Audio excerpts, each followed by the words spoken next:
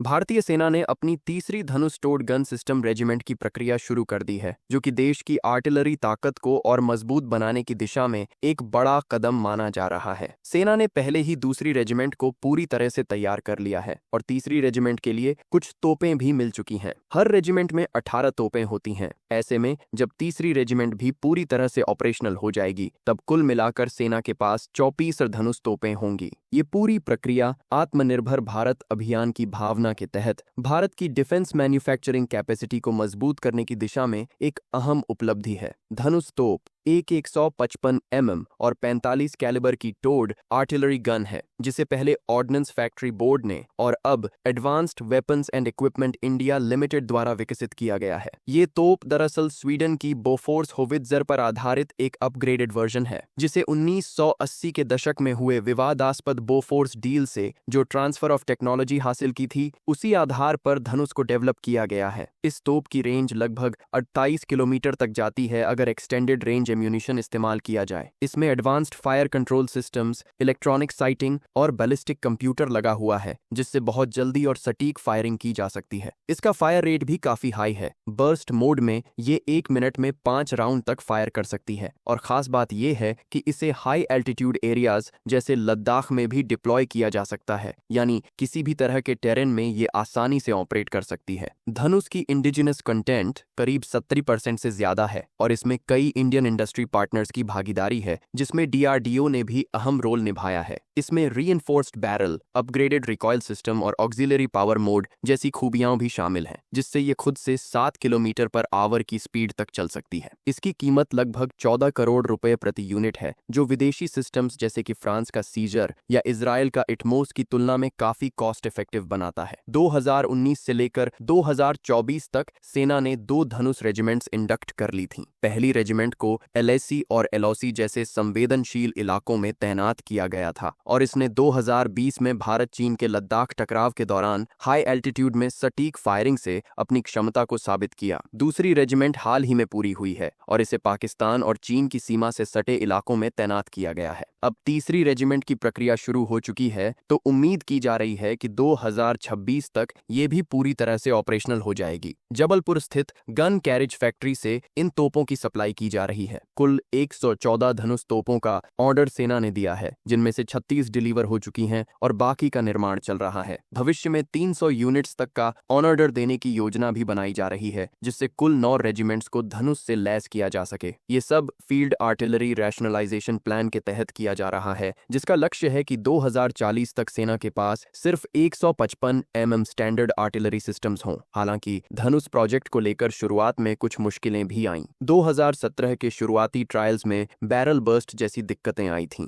जिसे बाद में डिजाइन सुधारों के जरिए ठीक किया गया। मौजूदा समय में धनुष की प्रोडक्शन कैपेसिटी सालाना 18 से 24 गन तक की है, जिसे बढ़ाने की जरूरत है ताकि एफआरपी के तहत तय किए गए 1800 टोड गन्स के टारगेट को पूरा किया जा सके। धनुष न केवल भारत की आर्टिलरी कैपेसिटी को बढ़ा रहा है, बल्कि ये भारत की इंडिजिनस डिफेंस मैन्युफैक्चरिंग कैपेबिलिटी की भी पहचान बन रहा है। अपने दम पर तैयार किया गया ये सिस्टम भारत को विदेशी निर्भरता से मुक्त करता है और युद्ध की स्थिति में हाई एल्टीट्यूड, रगेड और रिमोट इलाकों में सटीक और भरोसेमंद फायर पावर प्रदान करता है।